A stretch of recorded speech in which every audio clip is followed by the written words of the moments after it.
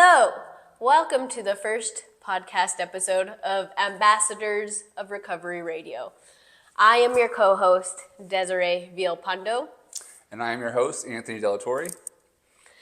And we are about to embark on a journey together, never before explored. Uncharted territory. Uncharted territory. There There you go. That was perfect. Way better than what I was thinking. Uncharted territory. Anthony will very frequently come in and correct me and, probably make what I'm saying better. Anyways, so I am a probation officer in a treatment court. And I'll go into what a treatment court is. But my perspective, my view is going to be from that of a treatment court probation officer. So we can create awareness within the community about what probation does, what probation officers do, and what a treatment court is, and how this level of probation is different from other levels of probation. My role is actually going to be to show the perspective of behavioral health. I work in behavioral health. I also was a participant in drug court, so we're hoping to show the point of view of someone that's going through the process, as well as maybe give hope to families that are not understanding of what's going on, and also possibly discuss resources and different options that might help people. Right. And so you mentioned you had also been a participant in drug court. I was saying treatment court. So what is drug court? So from my understanding, drug court, so I got charges, felony charges regarding possession of narcotics and stuff like that. So when I went through court, I was aware of the Class 6 undesignated felony, where basically you do probation, you complete it, you get dropped down a misdemeanor. So I had a history where I had a couple charges where I did that already. But then I was told that there was a drug court DTAP that was available that was basically a different side of probation that was a little bit more supportive and was also helpful in getting you to reaching your goals. So when I went through this last time, I for sure said sign me up. Awesome. So basically you're saying that you came into the criminal justice system, you were offered this opportunity to come onto a different level of probation called drug court within our treatment court at a felony level. Yes. Awesome. Yes. Sweet. So that is basically going to be the gist of the podcast. Anthony is going to be talking about his recovery story, his experience through the criminal justice system and a treatment court. I'm going to be educating and bringing awareness to what a treatment court is and what probation officers in treatment courts do. Did I miss anything? Nope. I think the overall hope is that whoever is right now presently participating or going through recovery sees that there is hope, sees that there are people that are wanting to help them. Some other goals for this podcast are to help destigmatize the role of the probation officer, the criminal justice involvement altogether in its entirety. And we also want to try to help make this a platform for other participants to hopefully host in the future and share their story, their strength, and their knowledge with other people so it can continue moving forward. Okay, so now we're going to move into getting to know our host a little bit more, and I'm going to move into some questions that I wrote for Anthony that I'm going to ask him so you, the audience, can get to know him a little bit more. Okay, so Anthony, Alrighty. First question. What does recovery mean to you? Good question. I know, that's a really good question. I mean, this podcast is about recovery. Yes. But also someone that can prove recovery is possible. I will say this. Recovery to me means a whole new life. It means a chance and opportunity to actually do something. I can't tell you how many times I was in the depths of my addiction and I didn't see any out. I really felt like this was going to be it for me. I really felt like I was going to either end up dead, in prison, and just in this endless cycle. I really didn't see a possible future for myself. I knew that I could do it, but I didn't know that. I didn't even think that was possible for me. I knew that I could have more. I could have more things in my life for myself, but I just gave up. So recovery for me means an opportunity to start something new and be the person that I was meant to be. That's a really good definition. That's way better than my definition. What's your definition? My definition probably aligns with what I've heard at a national drug court conference, which is to increase the quality of life by, some process where you embark on a healing journey. I don't know. Yeah. Well, I will say this though, in any recovery journey, right? I think that I think we talked about this before. 3 key themes are, and you might hear some stuff from anonymous programs, some themes from there, but I will say that some stuff is stuck. Acceptance, willingness, action, right? Cool. That's my recovery journey in a nutshell. Accepting that I had a problem, willing to do the work, and continuing to do the work in action. Awesome. And that sounds very similar to like the 12 steps in NA and AA Right. also. Cool. Yay. Great. I really, really like your definition. I really like it more than any other definitions I've heard, actually. 2, if you could travel anywhere in the world, where would it be and why? So, since I was a kid, I have had a fascination with the Roman era. I really have. I really have. So, Have you seen that TikTok trend? no. How often do you think about the Roman Empire? I'm serious. Often. Quite How many often. times a day do you think about the Roman Empire? Quite often.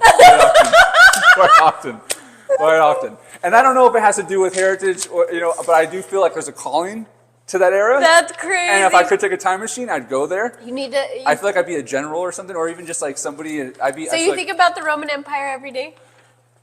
maybe not every day, but it's up there. So the trend What's is the trend?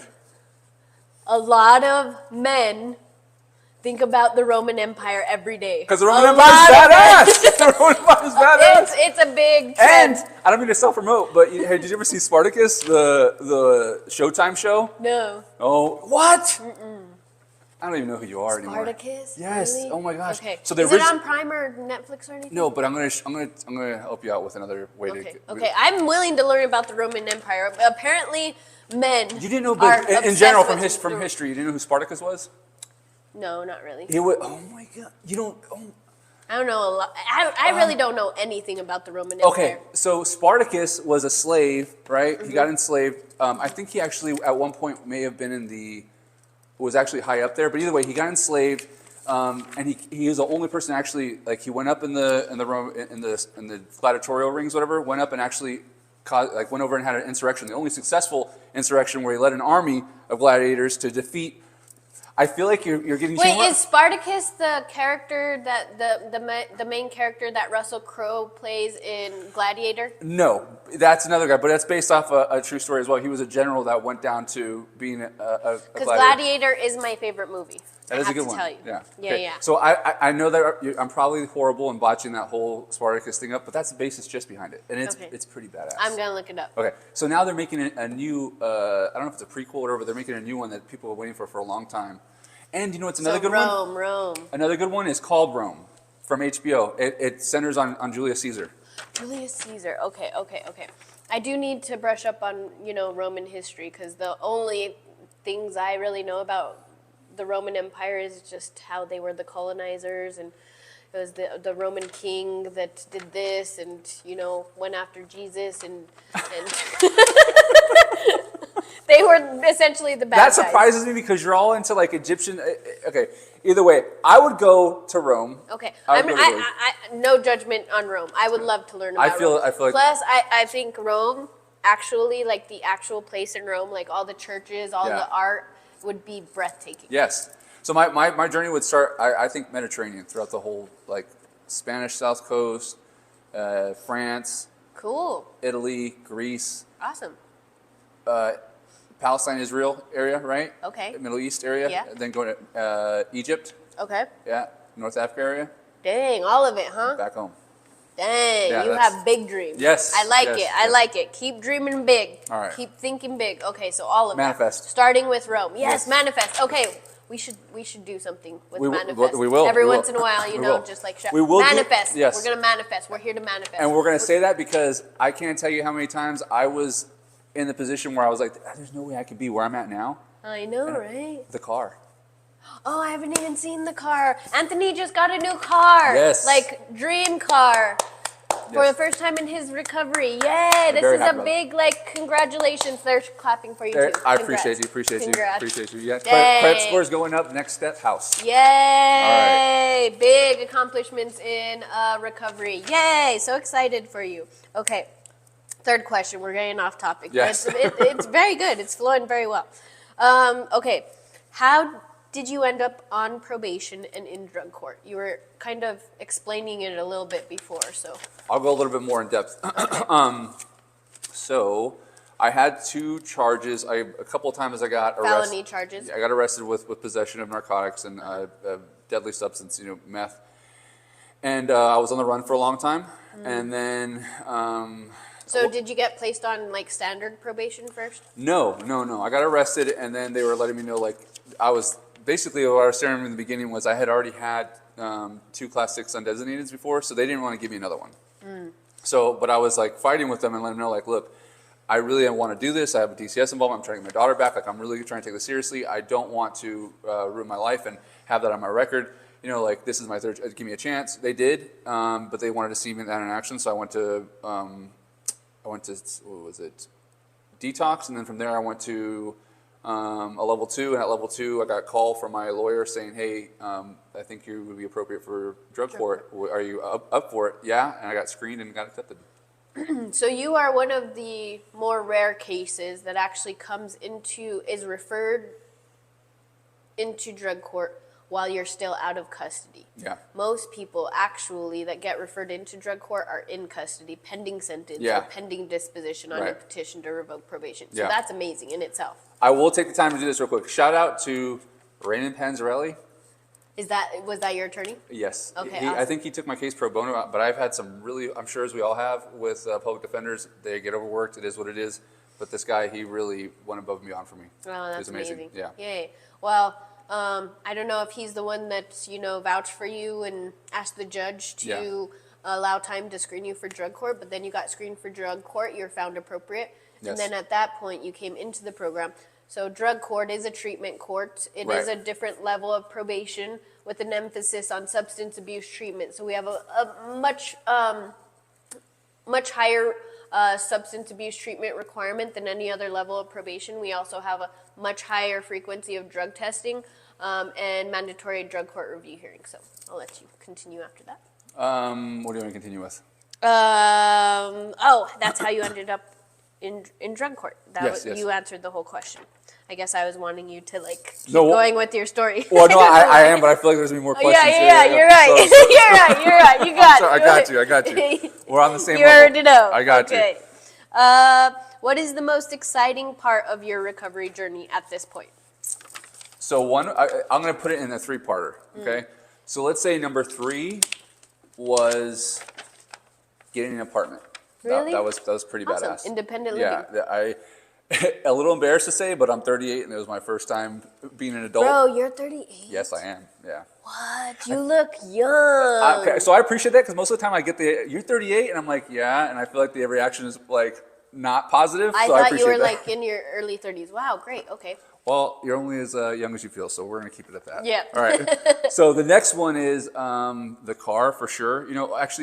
We're going to throw in there with the house, whatever, reuniting with my family, my sisters, because we didn't talk for a long time.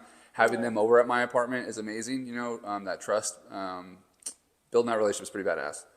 Second one is a car because I put a lot of work into rebuilding my credit. I told you about the car before that. Yeah. The goal, and obviously it's a platform to go to a house next. My number one happiest moment is my daughter. Getting her back, that was an emotional moment. Going through DCS, I remember sitting in the parking lot after doing you have a meeting, I forget what it's called. I think it's CFT. Yep, you have a meeting to discuss what the plan is for reunification. The next step is reunifying. And so it was just like setting in me like, oh, she's going to come home. Like I had just been doing overnights. She's actually going to come home. I'm actually got there. And so I just remember sitting in the parking lot, like I'm getting children now. And I was in tears. It just overwhelmed me because I was like, holy shit, I did this. Like I did this and this. Got your daughter back from DCS. And do you know how incredibly hard that is? Yeah. No, and I'll say this. I feel like I talk about manifestation. I know that DCS isn't an easy process. And I know, especially working in behavioral health, DCS can be almost impossible for a lot of people. Yes. I will say this. I for sure got really lucky with a foster family, with an active case manager. The last one, not so much, but a case manager that sat me down from the beginning and said, if you put the work in, I will go to bat for you. That's awesome. I got lucky all the way through for sure. And when things needed to work out, they worked out. You needed a house, housing came. You needed a job came. It just was one thing after another. Fell into place because you were doing the work on yourself to learn like how to put yourself first, how to love yourself. Yes. And keeping yourself sober and that internal work that you were doing every single day. So everything else just kind of fell into place. Yes. And look at you now. Yeah. Yeah. Moving up. Talk about his accomplishments. Okay, sweet. That's amazing. And he is an amazing dad, and his daughter is adorable. So she's very lucky. I guarantee you, if you see my face on social media, you're gonna see hers. My TikTok's basically dedicated to her. So Aw, and she looks just like him. It's definitely his mini me. 5. Okay. What benefits have you gained from remaining sober after probation and graduation from drug court? benefits I've gained from post-graduation, post-drug court. From staying sober after Yeah. probation. So I know that we talked about this recently, a lot of people get worried that like the training wheels are coming off. I'm going to be able to do this. Yes, I know. The anxiety and nervousness and overwhelmed feeling that my current participants get when they're about to graduate Right. and come off probation is astronomical. Like, you can see the fear in their faces. Yeah, right. Especially at graduation. I'm going to tell you, I had the same fear, and the fear is because we haven't ever lived life on our own Right. and done it on our own. We've always having that Like that safety Rail guard, net, right. the structure, the support. keeping you accountable, all that stuff, Yes. whatever. It's amazing. But I'm going to piggyback, I think, off of what you told one of the participants that I really loved, which is you told them, like, you've already put in the work. You've already done it. Like, you already got yourself set up to where you can succeed. At this point, you're just doing it because you have to, And so that's, in a nutshell, that's exactly what I gained from it, was realizing I can do this, Yeah. And I really felt when it was all done with, like, you know what, I to be honest with you, I really didn't have too many triggers. I really felt like, okay, this is something I've already set the foundation for. I've been working on myself. I got myself a job. I got housing. I got my daughter in my life. I will side note this. I know that some people don't have that. So I give a lot of kudos to people who have nothing, no one, and they No continue to do it. I right? know. It's because I can tell you right now, there are many times where, just because I haven't been triggered to want to use, I have thought about it. These are normal things, but I paint that picture, and my daughter for sure keeps me sane. I couldn't bear the thought of the look in her face, seeing me high, or seeing disappointed. It breaks me down. So yeah, and then another thing that helped me from drug court was seeing that. I think that people in addiction, and I talked about this with a coworker recently. You're used to dealing with people on a level that is always negative, that is always deceitful, that is always, go off some MRT stuff, is always like piggybacking off of back scratching. What are you gonna do for me? You go to somebody, can you do this for me? Well, Give and take, like what can I get? what's in from it for you? me, right? And you start to meet genuine people, and sometimes it trips you out. I can tell you sincerely, when my first day at work, I saw how openly supportive and just they're rooting for you, just the same way in drug court. And I thought, this isn't real. There's no way this is real. It just didn't feel real. Yeah. I haven't been exposed to that. But going through drug court and seeing the genuineness in it, I still have that fear going to court. But it's I mean, here's a testament: having a good working relationship with you, right? Having the continued contact with you, whatever, is obviously a testament to how I've grown from there. I wouldn't ever talk to anybody ever. So yeah, I think it's helped me grow in a lot of ways. Wow. Yeah. So what I'm hearing you saying is basically like you've not only like benefited by gaining all these things like your apartment, your car, these improved relationships with your family, getting your daughter back, but now staying sober when you got off probation, you've gained a career where you feel welcomed, accepted, and you get to like experience this whole new side of life where people present their best selves to you Right. instead of their worst selves. Yes. Yeah. Yeah. And now you get to work side by side Yeah. with probation, with drug court. I like the bob and weave. and yeah, our working relationship, that's huge. Yeah. So it's been great. And I get to refer people to his program, and he's building it up. And my participants love it, and I'm getting great feedback, so that's a huge Awesome. plus. Yes. Yeah, it's amazing for sure. Awesome. Yay. Okay. 6. What hobbies do you like to explore? This is a good question because you know what? Recently, I was big into golf for a long time. So I've been seeing that now. Obviously, when you get into addiction, you end up either stuff stolen, you cluck it, you get rid of it. You lose everything at some point. So I would really like to get some golf clubs back and go golfing again. That is a big hobby with me and my sisters and my family. Well, with Ambassadors of Recovery, which is the actual alumni group for our felony level treatment court, Anthony's been talking about, starting some events for like putting some teams together for golf. Yes. And I've been practicing driving the ball. I could never drive the ball, so we should totally do. I got you. Okay. Discussing plans later. Yeah. Maybe like I should get a team together with like probation officers. So And then you get a team together like at your job. there's this I got this invite whatever from our wellness committee where there's actually a golf gala happening here soon where they're actually inviting people from behavioral health. It'd be cool. Yeah, we'll talk about it for sure. That'd be awesome. For sure. I really want to learn golf. Sweet. I feel like having in the future Ambassadors Recovery golf tournament. Yes. Just saying, manifest, keyword. That would be cool. Yes, absolutely. Ambassadors of Recovery Remind me, golf tournament. we're going to edit this out. Remind me to take Immaculate Heart out of there. A what? Immaculate Heart High School. We're going to take that out of there. I don't want them seeing that and then seeing, oh, so he's an addict. Okay. Yeah. Okay, for sure. Okay, number 7. If there were no limits and anything was possible, what would your biggest wish be? If there were no limits and anything was possible, I would want, you know what, I'm a firm believer in what goes around comes around, and you get what you put out there. Yes, karma is real. Yes, it is. It's very, and I've definitely lived it many times on the bad side and good side of it. And I will say this, I would really, if there was no limits, I would really want to change people's mindsets.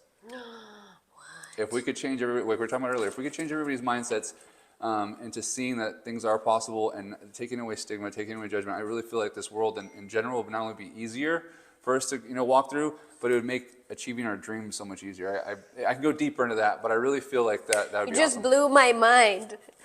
If there were no limits, you would take away the limits.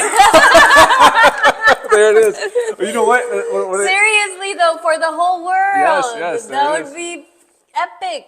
Like, just have that be a reality. Yeah, because you would hear that and you're like, okay, well, I want this and this and that, whatever. But that's only so finite. That's only wants you this much. But if you took away limits on everything, and you were like, you reset everybody's mindset. Everything would be possible. Our fears, our judgments, everything our would be possible. insecurity. Yes. Everything and anything would be possible. Did you know that is like my like entire soul mission, along with something greater than myself? Did you know this is why we connect? Really? Yes, I know that. I believe this is possible. I Yes. don't know if it's going to happen in our lifetime, but I do takes work. believe It takes work. This is possible. That's the barriers. It stinks because so many people are stuck and I understand the rat race of it, but I really feel this is really a benefit. I think of people that are in addiction.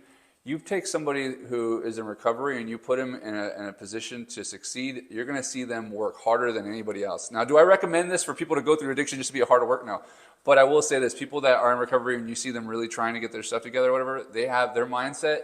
And it's amazing because you'll see it. I'm sure you've seen it firsthand. Mm-hmm. They start attracting this, get that, whatever, because their mindset's shifted. Their mindset shifted, but something I always tell my participants and alumni is, unlike those of us that are in recovery from like a hardcore substance, we all have our addictions. I believe that people in recovery, just to stay sober every day, just to survive their addiction, they have to do the daily internal work that will eventually help elevate like all of humanity. Like right. You're required to do that work. Right. Like I'm not required to do that work to stay alive, right? I do it for my mental health. I do it because I know that's how like I manifest and I attract everything I want. Yeah. But so you guys have this like upper level, and anyone in recovery, I always say you're the strongest person that exists. hands down, because what it takes to overcome, just like in early recovery, the anxiety Right. and the cravings and the triggers. Like, no one understands how absolutely horrifically difficult it is to The sickness, but the be withdrawal. successful. Yeah. Yes. That constant cycle of being. And the work it takes to be successful in recovery, that elevates you to a level that all of us need to be at. Yeah. Yes. Yes, I agree. Yep. I agree. That was good. If there are no limits, you would choose no limits. Sick. Okay, that's actually like my biggest wish too. It's gonna happen. It's possible. It will. 8. Okay. Last 2 questions. Where do you see yourself in 5 years? 5 years. I feel like I stole some of your questions. You probably did, but it's all good. They're too good. Yeah. It's all good. It's all good. There'll be some seeking in the questions, so it'll make sense for when I'm asking Cool. yours. 5 years, where do I want to be? You know what? I really would like to continue further my education. I like to, go into maybe psychology. Possibly, a master's in psychology to try to be a therapist. But I really feel like where I'm going now, it's going in the direction of a house, getting, having a place for both my daughters, and then possibly at that point either have started a business, a successful business, or it's on the point to where it's on its second year of successfulness. Cool. Nice. Yes. Okay. Yes. I like it. I like the vision. And I believe in you. Last question. What is your favorite part about being a dad? My favorite part of being a dad. I think you can see this in the TikToks that I have with her. She's a mirror image of myself, right? Mm-hmm. But she's also, it's funny. So like, we have this thing where if I try to set the law down, like, Celia, I need you to do this, right? If she can get me to laugh, she knows she got away with it, right? But if even when I get firm with her, she'll be like, calm down. I'm like, you fucker. And so when she says that to me, I can't help but laugh, and then she laughs. She's like, okay, daddy, okay, I'll do it. Calm down. And I'm like, fucking, oh my God. That's and awesome. so my best part of me is seeing the mixture she has of myself and her, and then just those funny moments, because a lot of times when I'm stressed out, I'm driving to work, ready to scream at somebody for driving, and in the background I got, her 2 cents. She's comic relief, I know, Daddy. Why won't they move? Like, I'm like, Says the best stuff ever right, that right. just like brings you back into the present moment and Right. makes you forget about the crazy world. So I would say that's the best part of it. Awesome. Also, most challenging. Yeah. So now we're going to ask Des some questions to get to know probation officer a little bit better. Yes. Let's start off A with very small probation officer. very tiny but mighty. Care Bear with a gun. Oh, yeah. Government issued best friend. These are just some of the things I've been called. Government expensive. Well, what was it? I heard shout out to her. The previous MRT facilitator that did my thing. They called her the Marsh. She's like, I'm sorry. She just called herself the Marshmallow Hammer. Oh, I love her. Yeah, I won't mention the name, but I love her. We love you. Yeah, she's badass. Yeah. And you called it. You said I'd be doing MRT, and you stuck me with that curse. But I love it. All right, so first question. Here we go, Des. All right. If you could describe yourself in 3 words, 3. 3 words. Not 1, not 2, but 3. What would they be? Okay. See, I don't remember any of these This is questions. good, then. This I is know. good. Okay, fully present in the moment. 3 words.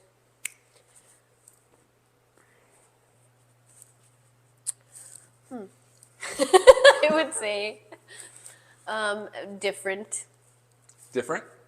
unique. Unique? I Okay, there we guess. go. We'll go. Unique's 1. Unique, innovative, and like a visionary, I guess. What is that? A unique, innovative vision. What do you do on the videos? Go like this. Unique, vision, and then we'll put it right there. That'd be cool. Yeah. Okay. Innovator, yes. Innovate. Yeah, there we go. Okay, cool. Innovator, visionary. Visionary, unique, innovator. Okay, cool. I love it. What is your happiest moment growing up? I asked this question. I remember the last time. This one did make me cry. So, Yes. pretty sure I can explain this memory without crying this time. Last time we were practicing these questions, I did get very emotional. my happiest moment growing up was like the period in time, the one period in my childhood when my mom was sober and we got to like actually live with her and like experience family life with her. We were living with her and her boyfriend. Her boyfriend at the time had this like big ranch up in the mountains, and she had gotten pregnant with my little brother, and so during that time, yeah, that was probably the happiest time of my life. She was more sober than I mean, she was still drinking here and there, but for the most part, especially when she was pregnant and sober, it was just like to have an experience like that with my mom where it was like a real family. Yeah. And she would cook for us and help me with things, and then she would teach me how to like change my brother's diaper and like really be Parenting present. stuff, yeah. Yeah, I Yeah, never basic had stuff. that. That was the only time in my life I ever had that. So that was by far the happiest moment in time in my life. In my life. In your life? Yeah, probably in my life. Okay. And growing up in my childhood, and then even though it was like traumatic stuff like me getting kicked by a horse. Also. Yeah. Yep. Yeah, well, I asked because I know that we've talked in the past about mother being kind of an inspiration for you being in the position you're in now. Yeah. And I feel like it's definitely good background to know, because I feel like it's going to obviously not only, take away the stigma of you as a probation officer, right, but also not only seeing you as a human, but seeing that, you're doing this for a reason. Right. Actually, there's been many periods throughout my career as a drug court, treatment court probation officer where I've actually done a lot of screenings where people get referred into the program, and I've actually, been the first face of our treatment court and screened them for our drug court program. And I always, right off the bat, I'm a pretty open book, and I always tell them in the screenings, I'm not here to judge you. Right. None of this information is going to be used against you. So feel free to be honest as possible, because I am here. And then, I tell them about my mom. Yeah. And you could just see it just like completely.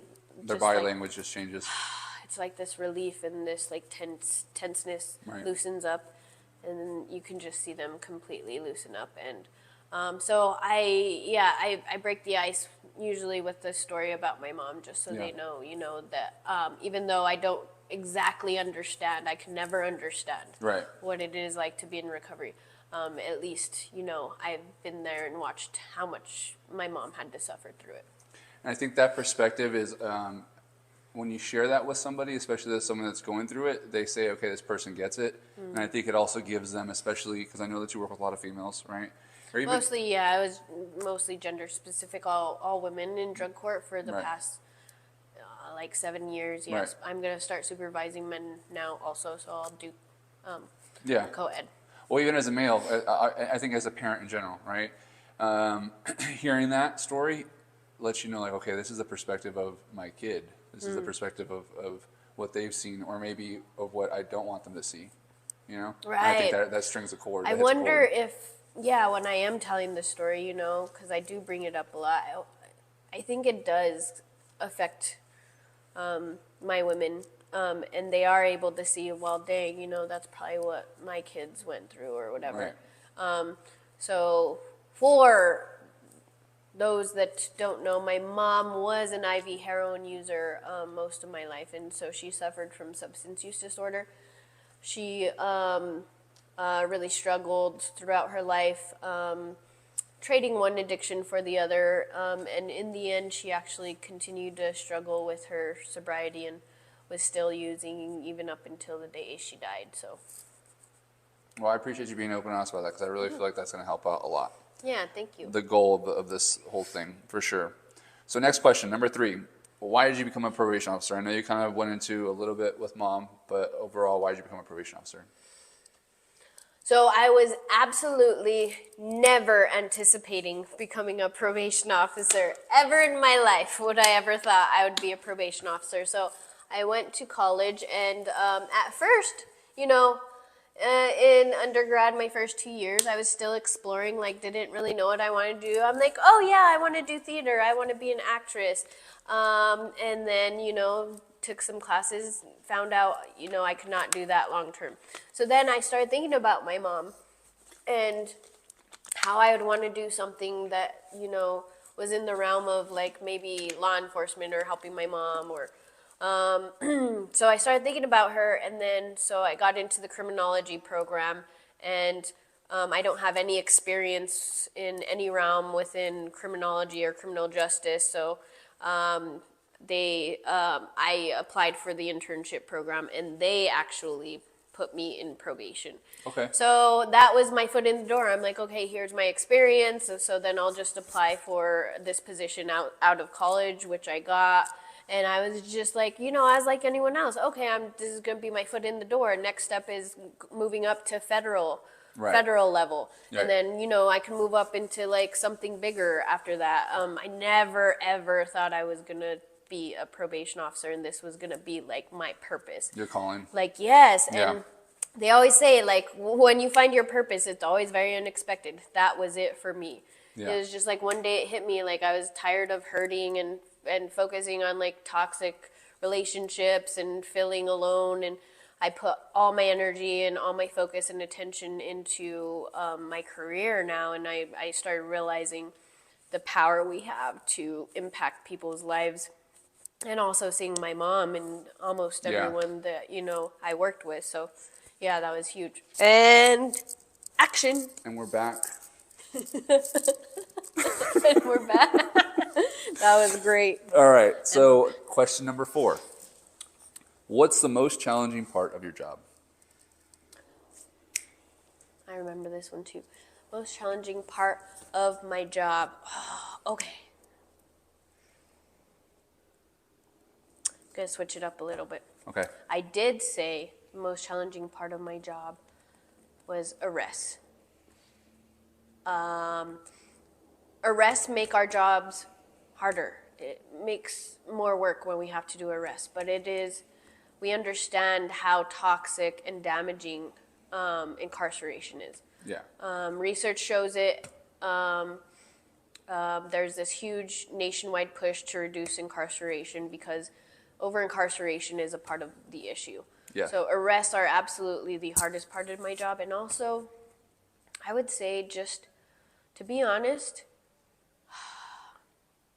it's seeing our participants or anyone on probation being treated like they are any less than anyone else. Yeah. Whether it's from anyone, any other professionals, peers. Yeah. I would say that's the hardest part of my job, just seeing anyone being mistreated in any realm when they're struggling, whether it's in active use or in early recovery. I think that's a big one. I think that even in behavioral health, when you see someone already at their lowest and they're even just having a glimpse of hope, that could be the one thing that shuts it down. Right? Yeah, and then they go to the F-its, which is what their Right. addictive mind is, that's their default. Right. And the efforts basically are saying, this is what I'm worth.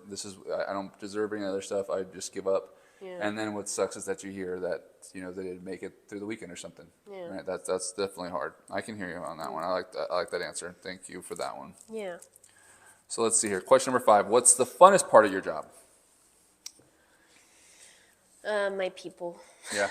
Yeah, my funnest part of my job is literally just like, it could be an office visit. It could be a single interaction that just completely shifts my day around. Yeah. It could be me taking them from jail to rehab, going and visiting them and participating in an art meeting.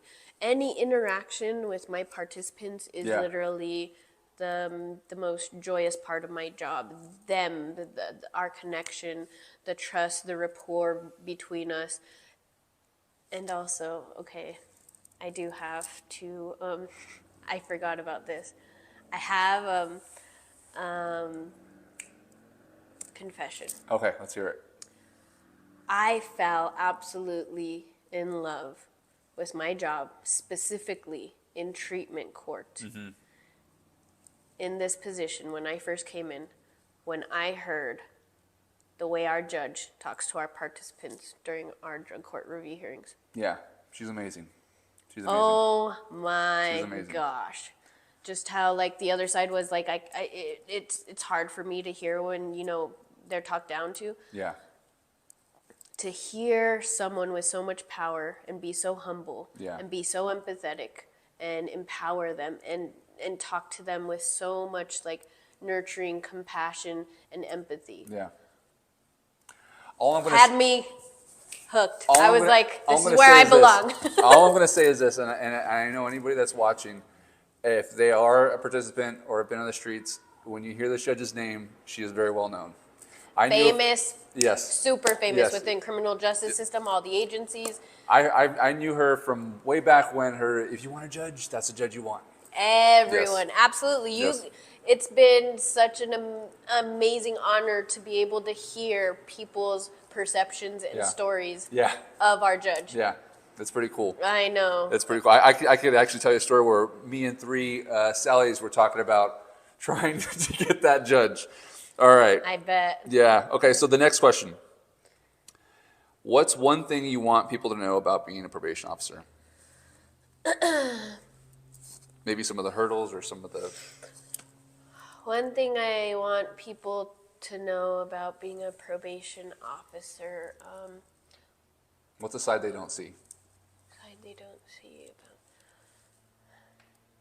I don't know, like probation officers and what we do is not really known. So what do I want you to know? What do I want you to know? I would want people to know that we really are here because we care and we believe people can change. But I have a scenario for you. okay. Someone, you have a participant, you have a relationship, build rapport with, you see them struggling, but they're at the point where basically it's looking like they have to go in, right? Yeah. What does that picture look like for you to fight for them on that end? Like, how does that look? Oh my gosh. You just described the most challenging part of my job. It's not the arrest itself, you're right. It is that conversation that I have to have with them. Yeah. So what that looks like, it is so heartbreaking and so hard.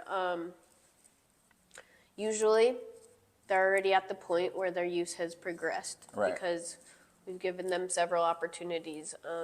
And within a treatment court, it is, part of research, a part of evidence-based practices to really try to reduce incarceration, keep them out of jail, while also keeping them alive. It's a fine line and crazy balance, but how do we do that? And while their use with fentanyl progresses and meth. So when it's time and I can feel it like intuitively to the point where they like have completely stopped drug testing, that's when you know it's really bad. Right. And they completely stopped attending all their classes and treatment. Yeah. I'm trying to just do anything to encourage them to just get to treatment. Right. Because usually what happens is I will start getting them ready to go into detox and treatment. And so by the time I put my foot down and I'm like, okay, you're going to go in this date. I already sent the referral. A lot of times I'll set it up and then they abscond. Right. Because they have to be ready. Yeah. They have to be ready. Right. Well, and at a certain point, if I let it go on too long, or they've been given chance after chance, Right.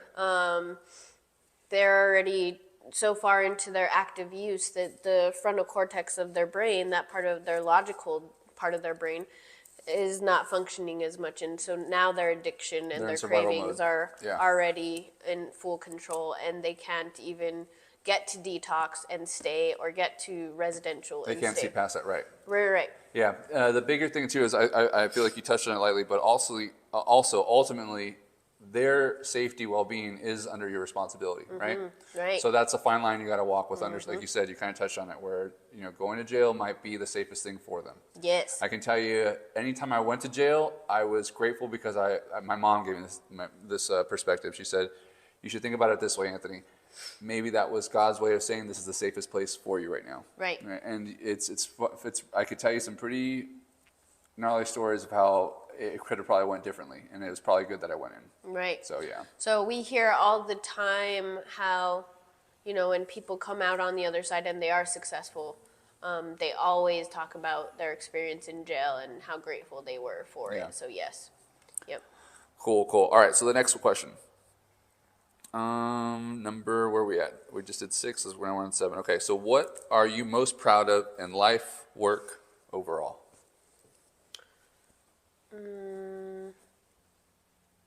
What am I most proud of? I guess I'm most proud of making my mom proud. Yeah? Yeah. No, she wasn't alive for you to see where you're at now? Kind of. Yeah? It's pretty cool too, because so she was going through chemo and cancer treatment. She died from ovarian cancer. She actually overdosed for her last chemo treatment. That was the first time she was ever honest with me about her addiction, even though I knew the entire time what she was Right. high on, when she Right. was high. But essentially, I forgot what I was going to say. So she got to see you get into probation. Be Oh, okay. Yes, thank you. Okay. So it was really cool because, we all knew she had limited time. And so she wanted to really, get involved with what I was doing, because I always talked about my job, and I was already in drug court, and Yeah. we got really close after she was able to be honest with me about That's her cool. drug use. And one of my partner, who is your probation officer, one of her girls overdosed and passed away, and this other officer took it upon herself to coordinate. It was during COVID, so she coordinated this Zoom memorial for Oh, wow. for the participants' family and for all our participants. So we had participants, and then the participant who passed, her whole family on. Yeah. And we left it as an open memorial. Yeah. And so anyone could join. And my mom wanted to join, so my mom came on and got to watch and got to. That's so cool. Yeah, and I got to tell my participants that my mom was going to be on, and my mom was watching, and they were all excited because they all knew about her, and she Yeah. was okay with me sharing her story. So Oh my gosh, that's awesome. yeah, That is amazing. Yeah. I'm gonna share with you this. My father, so I had 4 years of sobriety. I did it for my sisters. Obviously, that wasn't going to work. At the tail end of my dad's life, my dad had cardiomyopathy. He had a heart transplant, but they were like, you only have 5 years to live. So, he told me, he's like, look, I take a handful of pills every day. I do this because I love you kids. I want to have more time with you kids, My dad was in the military. He was gone a lot. But at the tail end of his life, I was stuck in this cycle. I'd gotten off of probation. I was on standard at the time. I was stuck in the cycle where I'd go out on the streets for 3 days, I'd come back, I'd detox for a day, stay with them for a day, and I mean, like, my dad would see me shivering, shaking, and Going through withdrawals. he would say to my sisters, like, leave him alone, and it was manageable enough to where 24 hours later I would, use some of the Matt Severs medications to help me go on to the next point, but then I'd leave again, go use, and it'd just be a cycle, right? It was really hard seeing my dad's health deteriorate. When he passed away, I know that it was really hard. We didn't talk about what was going on with me, but he knew. He knew, and he made a point of telling my grandmother he didn't want to see me on the streets. He didn't want to see me running around. He was really worried about me. But I will say this: the night before he passed away, him and I we watched. So we've always were into space and I remember growing up, he was into Stephen Hawking, he'd bring in these movies about black holes, and Cool. this guy is super smart. He got Wow. his master's in applied mathematics. Your dad did? Yeah. What? At the Naval Postgraduate School. Yeah, his thesis paper is online. It's nuts. Are you serious? Yeah. That's your dad? Yeah. He's badass. What? So we watch Interstellar, and we'd always have these really deep. I love talking to him. We'd have these really awesome conversations about he would break down quantum mechanics for me. Like, it was funny because growing up, I'd go to him with like a pre-algebra equation, and he'd be like, well, this is how it applies to physics. I'm like, I don't need to know that. I just need to know how, like, I just saw the movie on Oppenheimer and another Oppenheimer, movie and Albert Einstein because Yeah. I'm from New Mexico. Okay, so okay. I didn't know about Oppenheimer and how he literally built Los Alamos for Right. the atomic bomb. Yeah. Crazy. Yeah. So quantum mechanics, that's your dad. Yeah, so Wow. we were watching Interstellar, and a lot of that applied to, my dad seeing that, and he kind of was emotional, and he looked at me and he was like, I hope you know that if I could have redone it, I would have been there for you more, And it was really cool because we got a chance to like hash a lot of things out, Wow. It wasn't everything, but it was enough. Yeah. And then the next day, finding him passed away. It was Thanksgiving 2014. Obviously, past that, I went How back old were out. you? I was 24. Oh, I'm So I sorry. went back out for another 7 years, led me to this point. You went out after that for 7 years? Yeah. I just went back to using. But I Yeah. just don't want to feel that. It was I'm the oldest, and it was just hard because I really tried to be there for my family, but then I just went right into I didn't want to face it. So I just ran. Grief is a major driver to addiction. Grief and loss. I can't. I can tell you my first 2 years of going back out was basically in a closet using. Like, I just didn't. Like, I would go get my drugs, come back in a closet, and just use. I just wanted to see anybody, talk to anybody. It was just it broke me down that much. But my point of sharing that story is that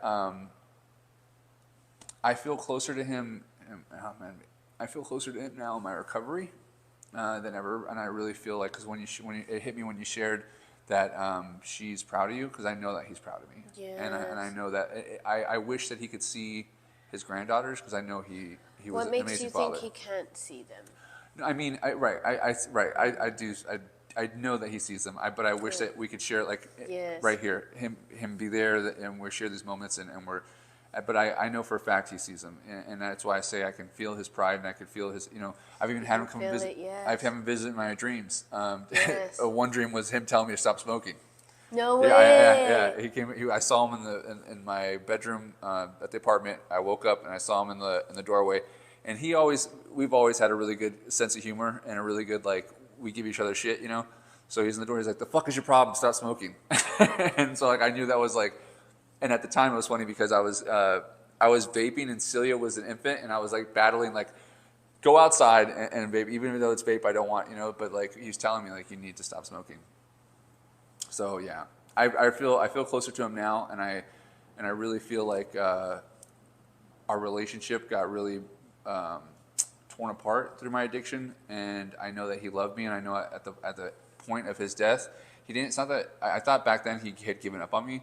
It wasn't that. It was just that he knew death was coming, and he just wanted to get the best time out of it as he could. So what good is it going to be to fight and say, Anthony, you need to get your life together. Anthony, you need to do this. Anthony, he did that most of my life, trying to beat into me, like, you need to get this, like, Right. you're my son, I want you. So he just finally surrendered towards the end and just gave in and was just like, I don't care, I just want to spend time with you. Yeah, and he told me, he said, I know I could have done things better, but I want you to know I did the best I could to raise you as a man in this world as best I could, and he did the best he could, for better or worse. So yeah, so when you That's said that, amazing. that's I agree. I didn't know any of that about your dad, I'm sorry.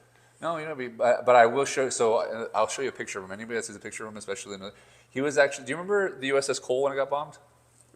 And in 2000, before 9/11, the USS Cole was a destroyer that was based out of Yemen and the Mediterranean, and over there in the Middle East, and it actually got bombed by a frigate. Yeah, the person came across it. But my dad was like on that ship when it happened. No Yeah, way. so he never wanted to play it up, but he's a hero to me for sure. Yeah. Well, yeah, I'm sure he's a hero to anyone who really knew him or knew Yeah. his story. Yeah. That's amazing. Well, no wonder you're quite a shining. What's the word? I was gonna say shooting star. Shooting star. You're like a shooting star. Yeah. 'Cause All the dang, good from me that's comes from awesome. him for sure. Yeah. from both my dang, parents. That's awesome. All right, so enough about me because this is your questions. My bad. that was amazing. I'm so glad you shared. Okay, so let's go to where we're at. We're at number 8. Number 8. Where do you see yourself in 5 years? See, I Where did get that from you. Where would you like to be? Fulfilling my biggest dream, which is I want to create with my counterpart, a spiritual center. Yeah. And it is going to be the epitome of Aquarius energy because it is going to be the complete opposite of any system we have in place now. Yeah. We just entered into the age of Aquarius. Pluto entered into Aquarius, meaning we are going to progress in technology and innovation at a rate faster than we ever have in the evolution of humanity ever. Yeah. And so my spiritual center is going to be a part of that progression forward. It is going to take on its own unique path. Side note, very good into insight into astrology, into spiritual stuff. And then I'm also seeing the beads. We need to follow up on that because I want one of those. She does amazing stuff. I got these from the Gem Show. Yes, Tucson she's Gem rocking, Show. She's rocking the ice. These are actually the most expensive beads this is I've your ever bling bling. had. Yeah. Your bling bling beads. I will wear these always now, but I do have them. I will be selling them on my website, which I will not promote here. Anyways. All right, but I still want them because it's pretty cool. I like that sure. there's energy in them for sure. All right, so number 9. What are fun things you like to do? Hobbies, sports, self-development, and overall entertainment. Favorite movies or TV shows? It's a Okay, huge I'll one. break it down real quick. Okay. Meditation through lessons in a holy book that I've been reading and studying for years called A Course in Miracles. Okay. With the book, the narrator is actually Jesus himself, Okay. channeling through a woman who started hearing this inner dictation and these visions. So I read the text, which is like over 800 pages in 8 months. And this all aligned when I literally started my first year in treatment court. Really? Yes. So I read it, and then I started doing there's a lesson for every day of the year, and I'm only on like 160. But you're supposed to do one lesson a day, but I am a perfectionist, so if I started in the morning and I do the meditation and the lesson throughout the day, but then I get busy at work and I forget, I restart it, which I shouldn't do that. What do I we know. say? Progress, not perfection. Correct. So that is my one of my biggest hobbies, because self-care, we get Yeah. burnt out in our field. You have to practice self-care. Yes. And with the intensity, the crisis, the vicarious trauma, everything about my job, I have to practice meditation. Yes. I have to practice gratitude. So meditation, my Course in Miracles lessons, but I also love TikTok. I love making videos. I love doing lives. I'm an intuitive medium, so I do live readings on my TikTok lives for my followers. And then I just started my own business and website called Charted Crystals. I do birth chart readings, and then I pick stones from the Tucson Gem and Mineral Show. Yeah. And I love the passion, by the way. I love it. yeah, well, I pick the stones based on each individual's strongest astrological placements in their birth chart. Okay. So this will complement their strongest characteristics and traits that I can see in their birth chart. Okay. So I pick their stones. So they get a birth chart reading and a stone. And then I travel around. That all started from a hobby because I travel around in my Jeep and I go all over Arizona rock hounding. So looking for crystals, minerals, stones, and also gold. Nice. So I have a very You're nice... a 49er. That's what we talked about last time, yeah, right? I have a really. I've only panned for gold once, but I have a really nice gold detector. Okay. Have not found gold yet, but I will soon. P.S. I'm sorry for your loss on the Super Bowl. I know, but that was such a good game. Yeah, it was good. I actually lost a bet on that one too. It's such a good game. Okay, are you watching any movies or TV shows? Any favorite ones right now? Because I know we talked about Spartacus earlier. You have no idea about that. Right, TV shows. Oh yeah, so movies, the recent movies. To be honest, all I really focus on, I like to keep myself in this space of just absorbing knowledge and being inspired and motivated.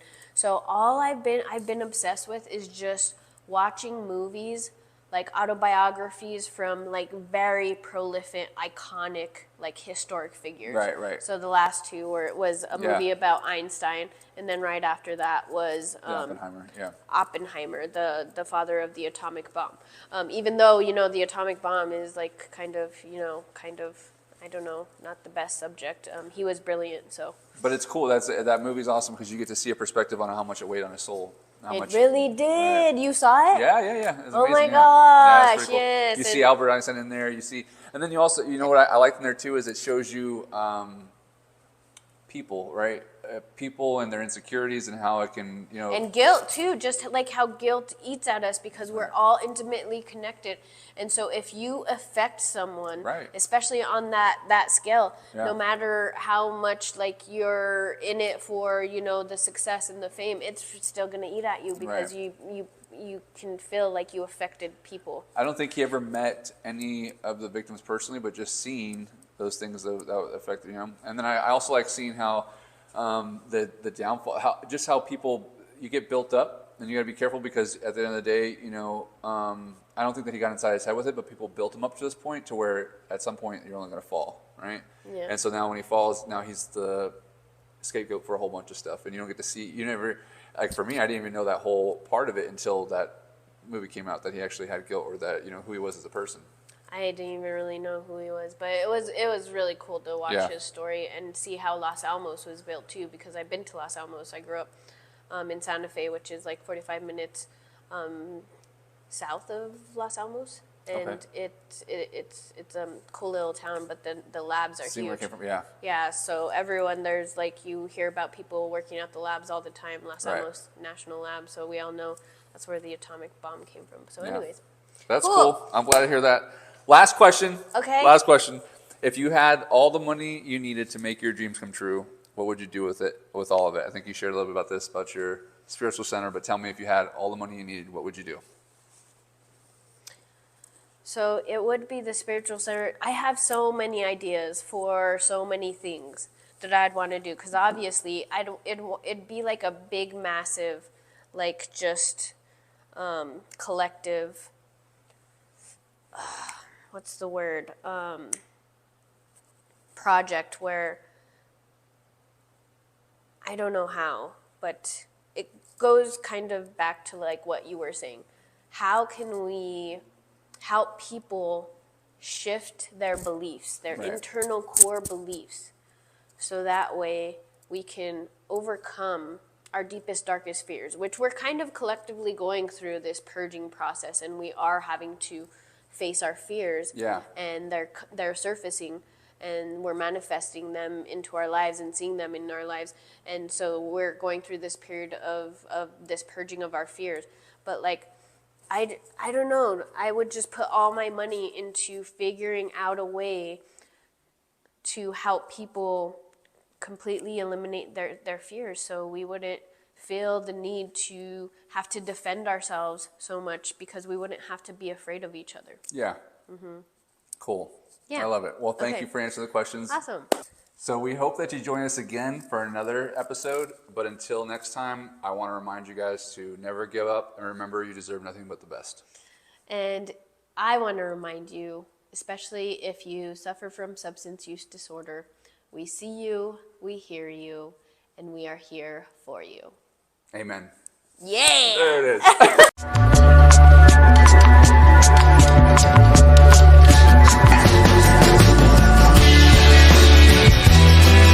Thank you for watching Ambassadors of Recovery Radio. Till next time.